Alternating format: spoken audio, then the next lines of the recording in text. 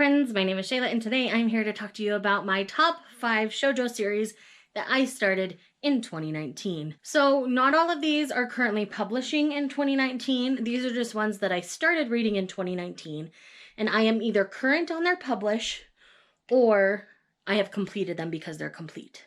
So that's the criteria that I used in picking this list.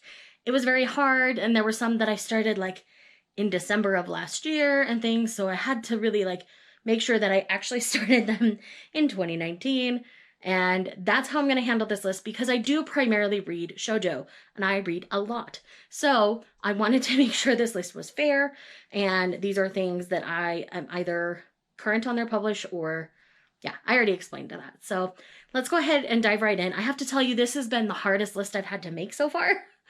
So yeah, let's go. So first up on this list, I'm going to talk about Daytime Shooting Star by Mika Yamamori. This is published by Viz in their Shoujo Beat imprint, and I think almost all of them are Shoujo Beat imprints. So that says a lot for how I feel about Viz and their Shoujo Beat imprint. But in this, we follow Suzume, who is a young girl high school age girl, who ends up moving to Tokyo because her parents are taking a job overseas. So she goes to live with an uncle who owns a restaurant, and something happens as she first arrives and she ends up stumbling into someone who kind of helps her, takes her to her uncle and stuff because she's a little disoriented. And from there, she finds out that's her new homeroom teacher. So there is a little bit of a potential for a teacher-student romance, but I don't think it's going to go that way personally. I'm rooting for the blushing little tsundere boy instead, and this has a lot of the very fun shoujo tropes, but Suzume definitely stands out to me. She's very sassy. In this first volume, she actually smacks a classmate. Suzume is just amazing, and I absolutely love and adore her. So definitely check out Daytime Shooting Star if you haven't. Next up on this list, we have Honey So Sweet by Amu Meguro. This is a very sweet story about a girl who is propositioned by this boy who looks a little rough around the edges to date with the intention of marriage while they're in high school. And this is one of the most sickeningly sweet shoujo love stories I've ever read. It's amazing, and the art is so stunning, and I just love these characters so much. I think about them often, and these are just characters that I grew attached to very, very quickly. And Nao and Taiga are they're just sweet. I really like them. And I do like how this series concludes. It's complete at 8 volumes, again from the Shoujo Beat imprint, and I love it. Oh, I should have mentioned, Daytime Shooting Star currently has 3 volumes out, and I just love it. But yes, this one is complete, so you can binge the entire thing, get the whole story.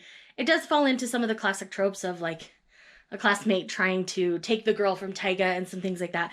But the way it all plays out is really good. I really like how this one goes, and yes, highly recommend. Next, we have one that I think about all the time, and that is Dengeki Daisy. This is an age gap romance where we are dealing with a hacker and a high school student, and the way all of this goes down is really interesting to me.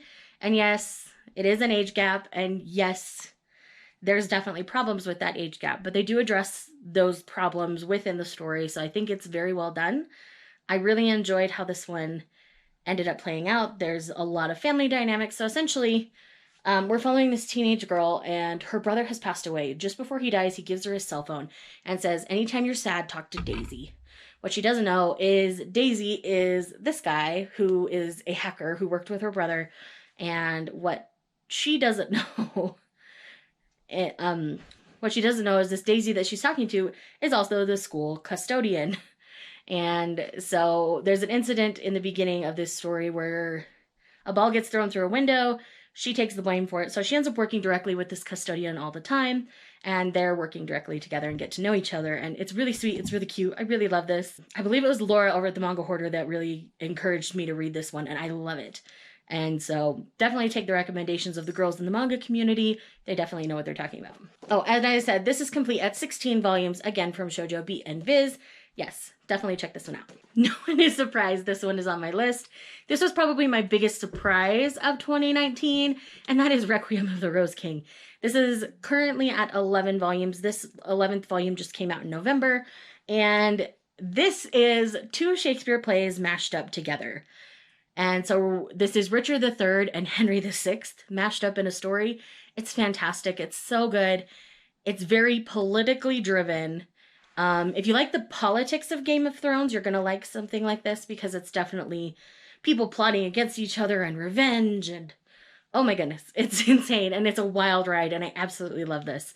I know this is one that a lot of shonen readers end up really enjoying. So if you prefer shonen, you might want to give this one a try because it's not overly romantic where it feels like what most people think a shoujo is.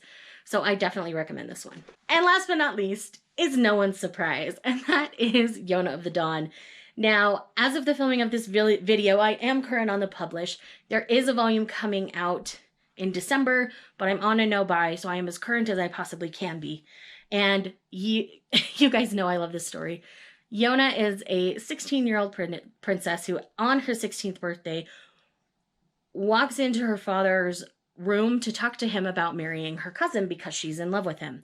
What she sees instead is this cousin she's in love with running her father through with a sword. And that's where our story starts. From there, her and the captain of the guard, Hawk, who keeps her safe, are on the run, and they recruit the 4 legendary dragons to help her with her cause to reclaim the kingdom. And it's fantastic. It is so well done. Again, this one has quite a bit of politics in it, but it definitely has the like romance factor that shoujo does. There's shipping involved. Sheena here is my favorite, but I think Hawk is going to win in the end, if I'm honest.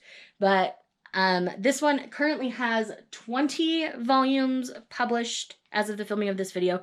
The 21st, as I said, comes out in December. And I just love this series, guys. You know this. I talk about Yona of the Dawn ad nauseum. And again, so like I said, it has 20 to 21 volumes, again, from Shoujo Beat and Viz. I didn't intend to choose all of them from the same publisher.